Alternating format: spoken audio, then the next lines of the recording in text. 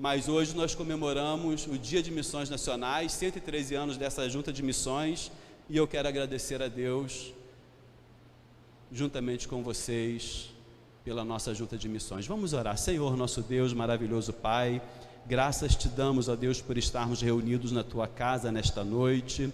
Senhor, muito bom poder estar aqui louvando e engrandecendo o nome do Senhor. E muito bom saber que nós estamos aqui porque somos frutos de um trabalho missionário que o Senhor colocou no coração de homens e mulheres lá atrás e que nos alcançou hoje, ó Deus. E aqui nós estamos porque aqueles homens e aquelas mulheres atenderam ao chamado do Senhor para poder levar o Evangelho a terras brasileiras. Senhor, muito obrigado pela Junta de Missões Nacionais. Te agradecemos por aqueles que ali estão administrando tantos recursos financeiros, pessoais, espirituais, e pedimos, ó Deus, que o Senhor esteja dando sabedoria para que eles continuem seguindo na direção do Senhor, guiados pelo Espírito do Senhor. Abençoe cada um dos missionários que estão espalhados por este país, ó Deus. Use as suas vidas, supra, ó Deus, as suas necessidades, as suas saudades, as suas carências, que o Senhor possa suprir todas as necessidades de cada um deles, de suas famílias, e que continue usando-os para a glória do Teu nome e para que o Evangelho do Senhor Jesus alcance mais pessoas nesta nação. Agora, ó Deus, peço que o Senhor venha continuar falando aos nossos corações através desta reflexão da Tua Palavra. Oramos em nome de Jesus. Amém e amém. Vamos ler mais uma vez o tema da campanha de Missões Nacionais 2020. Eu vou ler e depois os irmãos vão repetir. Porque Ele me amou. Os irmãos... não ficou tão bonito quando Eliette estava aqui não, hein? Vamos falar de novo, porque Ele me amou? 1, 2, 3, os irmãos. Amém. E a divisa que se encontra em 1 João, capítulo 4, versículo 19, diz assim: nós amamos porque Ele nos amou primeiro. Os irmãos agora, nós... Amém. Queridos irmãos, nós vivemos em um mundo caótico, não é verdade? Olhamos ao nosso redor, quantas coisas acontecem neste mundo, coisas tristes, desastres. Então vivemos num mundo caótico. Embora muitos tentem negar, o fato é que as profecias bíblicas têm se cumprido. Mesmo sabendo que a Bíblia não nos dá autoridade para anunciar um dia específico para a volta de Jesus, podemos afirmar que já estamos vivendo o tempo do fim. Não é verdade? Quando nós olhamos na televisão, quando nós percebemos as coisas que estão sendo anunciadas, as coisas que estão acontecendo no mundo todo, nós podemos pensar, e tenho certeza que os irmãos pensam isso. Não fala só por falar porque é um chavão, uma frase feita, não, né? Isso é o fim do tempo. Estamos chegando ao fim do tempo. Jesus está voltando. Basta olharmos as coisas que estão acontecendo ao nosso redor nos noticiários. Mesmo a Bíblia não nos dando autoridade, como eu acabei de falar, para anunciar quando será a volta de Jesus, mas os sinais Ele falou que aconteceriam. E isso nós estamos vendo acontecer a cada dia. Uma das profecias que podemos ver claramente se cumprindo com muita propriedade em nosso tempo é aquela que fala justamente sobre o amor. Tem uma profecia de Jesus que fala sobre o amor, e nós estamos vendo claramente essa profecia acontecendo no nosso tempo. É uma profecia proferida pelo próprio Jesus como um sinal de alerta para o tempo do fim. Será que alguém aqui poderia arriscar de que profecia eu estou falando, eu estou mencionando? Já que eu comecei falando que o mundo está caótico, Jesus, ele proferiu uma profecia, várias coisas ali eu vou mencionar já aqui, mas uma delas falava justamente sobre o amor, porque o nosso tema é o amor, né? Alguém lembra? Alguém pode citar o que Jesus falou que aconteceria no fim dos tempos com o amor? O amor? Isso mesmo. Se você quer saber de forma resumida o que acontecerá no tempo do fim, é só ler Mateus capítulo 24. De forma resumida, Jesus ali, ele profetizou tudo o que iria acontecer no fim dos tempos, nos dias em que antecederiam a sua volta. Ali está registrado o grande sermão profético de Jesus, em Mateus capítulo 24, quando ele, em resposta aos seus discípulos que queriam saber quando se daria a sua volta e o fim dos tempos, revela que muitas coisas acontecerão. Dentre estas coisas, no versículo 12, encontramos as seguintes palavras de Jesus: e por se multiplicar a maldade, o amor se esfriará de quase todos. Numa versão mais tradicional diz assim: por se multiplicar a iniquidade, o amor se esfriará em quase todos, né? Como estamos ali. Então, ali está a profecia que Jesus fez para o fim dos tempos em relação ao amor. Por se multiplicar a iniquidade, ou a maldade, ou o pecado, o amor se esfriará no coração de quase todos, ou no coração de muitas pessoas. Isso está acontecendo ou não? Está? Os irmãos concordam que está acontecendo, que o amor está se esfriando?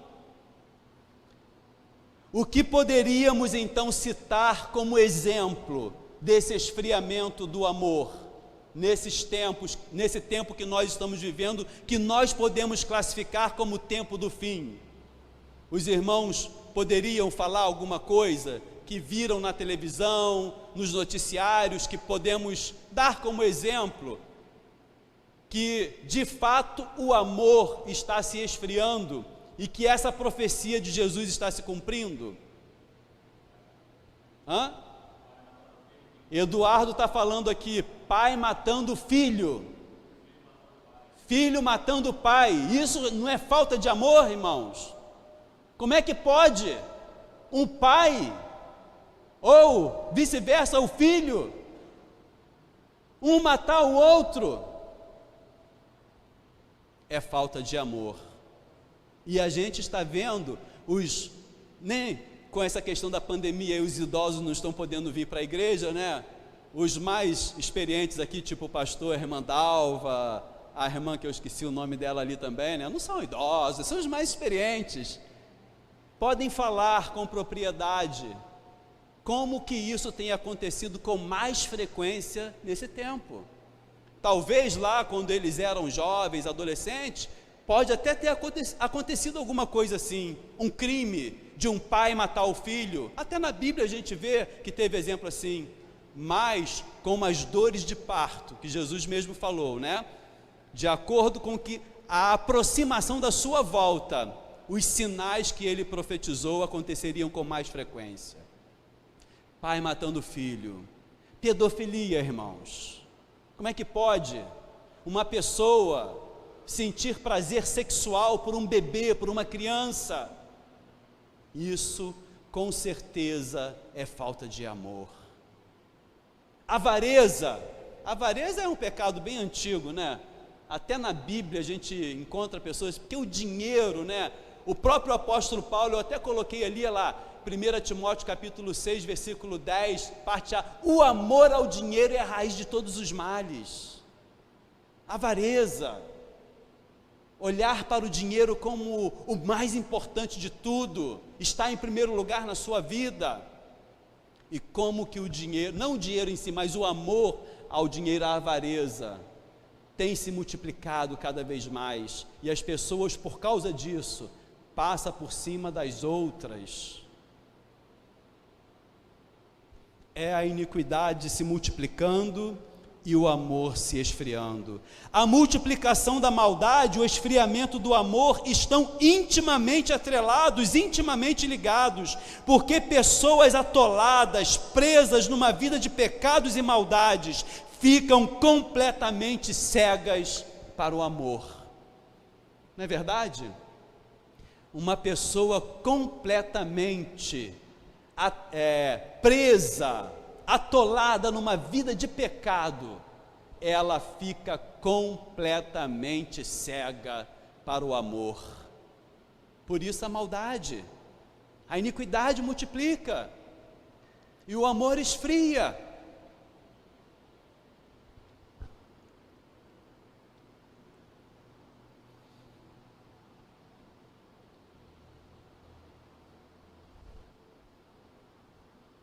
Pessoas atoladas, presas numa vida de pecados e maldades, ficam completamente cegas para o amor, para o verdadeiro amor que vem de Deus.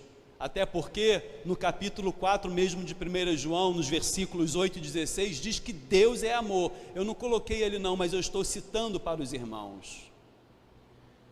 E pessoas que vivem nessa vida, na prática do pecado, elas ficam cegas para o amor e automaticamente ficam cegas para ver que existe um Deus que ama, existe um Deus que salva, existe um Deus que transforma. Por isso, precisamos com urgência fazer missões. Precisamos com urgência atender ao ID de Jesus. Precisamos com urgência anunciar e proclamar a nossa nação e também as outras nações sobre o amor de Deus. Porque para o mundo a realidade é triste e caótica. E eu sou sincero quando eu prego, no sentido de falar que para esse mundo, irmãos, não se enganem, não tem mais jeito. A realidade do mundo é triste, caótica e daqui vai para pior. Mas nós fazemos missões, nós proclamamos o Evangelho, porque se o mundo caminha de mal a pior, mas para as pessoas que vivem neste mundo, ainda há esperança.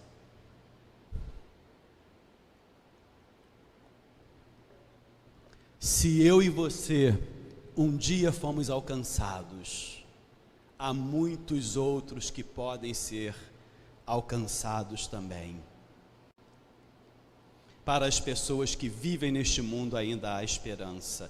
E esta esperança está unicamente no amor de Deus, manifestado em seu Filho amado Jesus Cristo, como podemos observar ainda em 1 João no capítulo 4, versículos 9 e 10, diz assim: nisto se manifestou o amor de Deus em nós, em haver Deus enviado seu Filho unigênito ao mundo, para vivermos por meio dele.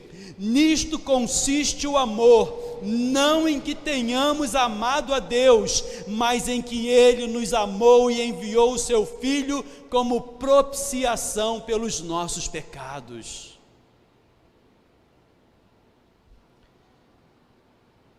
Esses versículos corroboram com um outro versículo muito conhecido, que eu até coloquei ele também, João 3,16.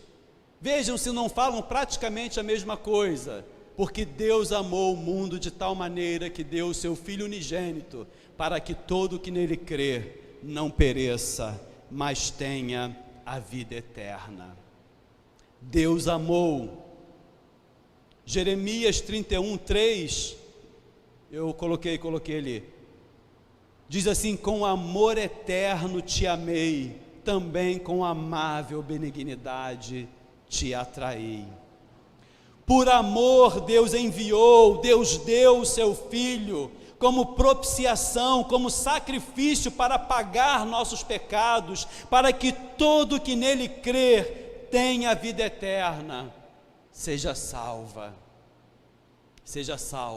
todo que nele crer seja salvo. E é por isso que nós fazemos missões, porque nós fomos alcançados por esse amor que transforma e que salva, e acreditamos que muitas outras pessoas, mesmo vivendo neste mundo caótico, também poderão ser alcançadas e salvas por este mesmo amor, o amor de Deus manifestado em seu Filho amado Jesus Cristo. Por amor, Deus deu o seu Filho. Deus nos amou, Deus nos deu o seu Filho, seu único Filho. Deus nos salvou. Mas como as pessoas que vivem neste mundo caótico, dominado pela maldade, pelo pecado, poderão conhecer o amor de Deus e crer nele? A palavra de Deus diz, Romanos 10, 13 a 15, todo aquele que invocar o nome do Senhor será salvo. O texto continua falando, como porém invocarão aquele em quem não creram?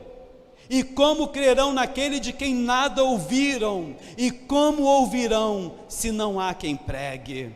E como pregarão se não forem enviados? Como está escrito, quão formosos são os pés dos que anunciam as boas novas. Eles crerão se nós pregarmos para eles.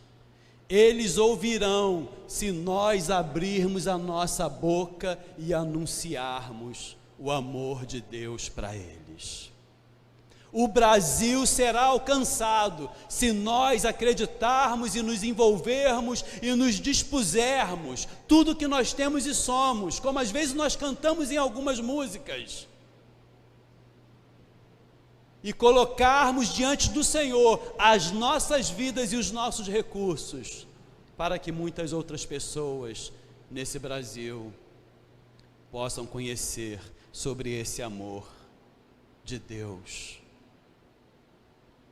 que salva, que transforma, que liberta. Concluindo, queridos, essa nossa reflexão desta noite, Ele nos amou, nós ouvimos a mensagem desse amor e cremos, assim Ele nos salvou. Agora Ele nos chama para compartilharmos a mesma mensagem do seu amor com os outros, com os brasileiros, com os que estão perdidos, com os que pensam que conhecem a Deus porque são religiosos, mas não conhecem. Ele nos salvou e Ele agora nos chama para que nós possamos compartilhar o seu amor com muitos outros. Porque se eu sou salvo, como está ali em cima, ali não vai dar para vocês, acho que eu coloquei na transparência ali, porque se eu sou salvo, eu amo, vou pedir para passar ali, eu multiplico, eu oro, eu reparto. Sabe, se tem uma coisa que às vezes alguns irmãos de outras denominações, e às vezes até alguns batistas mesmos, não entendem, é que nós cremos numa frase que é mal interpretada ali fora: uma vez salvo, salvo para sempre. Só que se eu creio de fato que eu sou salvo, eu preciso acreditar também que eu sou um instrumento nas mãos de Deus, para que muitas outras pessoas sejam salvas também.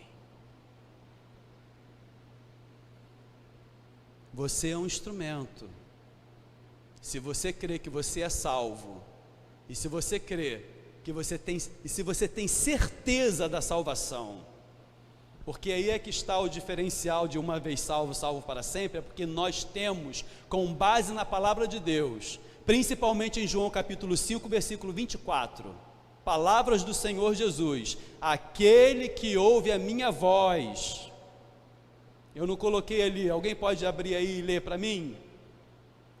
João 5, versículo 24, para que você possa tirar do seu coração qualquer dúvida se você é salvo ou não.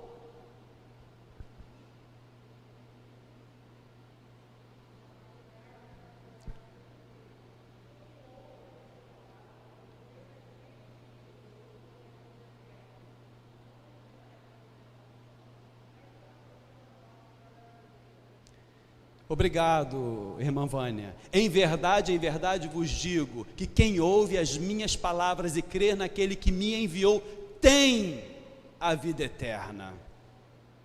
Não entrará em juízo, mas passou da morte para a vida. Então você tem a vida eterna se você crê em Jesus.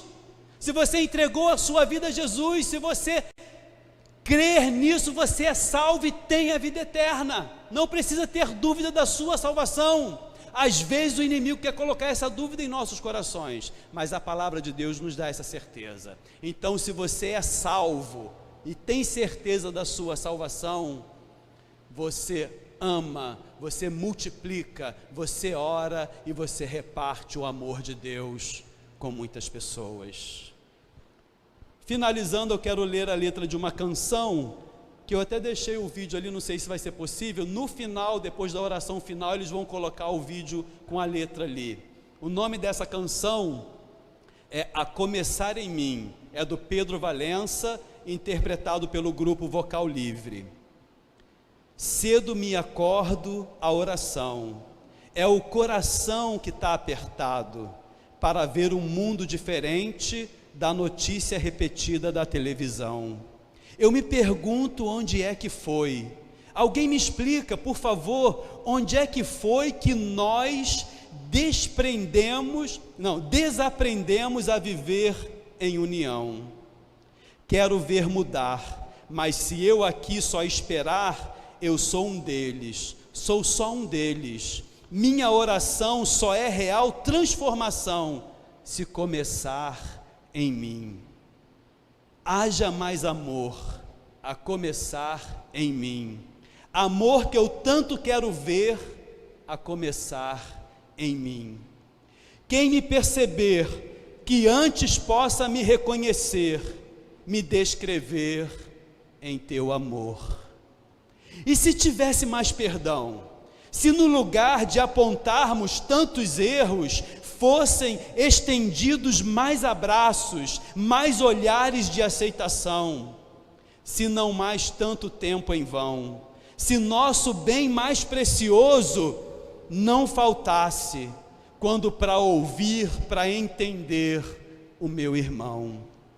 Posso até sonhar, mas se eu aqui só esperar, eu sou um deles, sou só um deles. Minha oração só é real transformação se começar em mim. Então, que haja mais amor a começar em mim.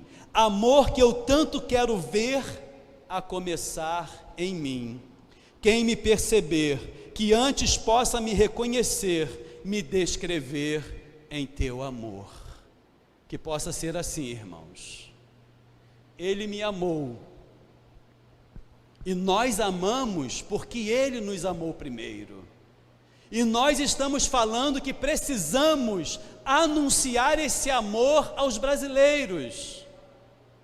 Mas que comece primeiro comigo. Que haja mais amor em meu coração. Para olhar para o meu irmão, e quando eu digo meu irmão, não estou falando só dos irmãos da igreja, não. Estou falando do meu próximo, de qualquer lugar, de qualquer religião. Que seja diferente de mim, que viva de forma diferente de mim, o perdido que está lá no tráfico, o moribundo que está doente com uma doença incurável, que haja mais amor a começar em mim, que eu possa liberar o perdão, que eu possa levar a esperança, que eu possa ser um instrumento nas mãos de Deus para alcançar as pessoas que estão perdidas. Amém? Que você possa fazer essa oração também, que haja mais amor a começar em mim. Fecha os teus olhos, eu quero orar, finalizando o culto desta noite, agradecendo a todos pela presença, lembrando que nós continuamos ainda com os cultos online, às quartas-feiras, no domingo pela manhã, e o culto presencial no domingo à noite, das 18h30 às 19h30. Senhor, nosso Deus, maravilhoso Pai, muito obrigado a Deus por esta noite que podemos nos reunir na Tua casa mais uma vez, para louvar e engrandecer o Teu santo nome e também para ouvir a Tua palavra. O Senhor nos amou primeiro, e por isso nós também amamos, porque o Senhor Deus é amor, e o amor do Senhor nos alcançou e está em nossos corações. Então, ó Deus, que haja mais amor a começar de cada um de nós, a começar por cada um de nós, que nós possamos olhar para as pessoas perdidas que estão lá fora, que não conhecem o amor do Senhor, que nós possamos olhar para elas não com um olhar de julgamento, não como um olhar de juiz, não com um olhar que condena, mas com um olhar de amor, de esperança, que vê possibilidades de transformação, porque o Evangelho do Senhor é esse poder que transforma, que salva e que cura. Então, ó Deus, a começar em cada um de nós aqui, que haja mais amor, que o Senhor encha os nossos corações, as nossas vidas com o amor do Senhor, e que a cada dia nós possamos viver e transmitir este amor a todos aqueles que tiverem contato conosco. Senhor, muito obrigado por tudo. Agora, quando iremos voltar para os nossos lares, pedimos que o Senhor nos leve em segurança e que nos livre de todo mal pelo caminho. Assim nós oramos agradecidos por tudo, no nome santo de Jesus, o nosso Senhor e Salvador. Amém e amém. Que Deus abençoe a todos, uma ótima e abençoada semana para todos.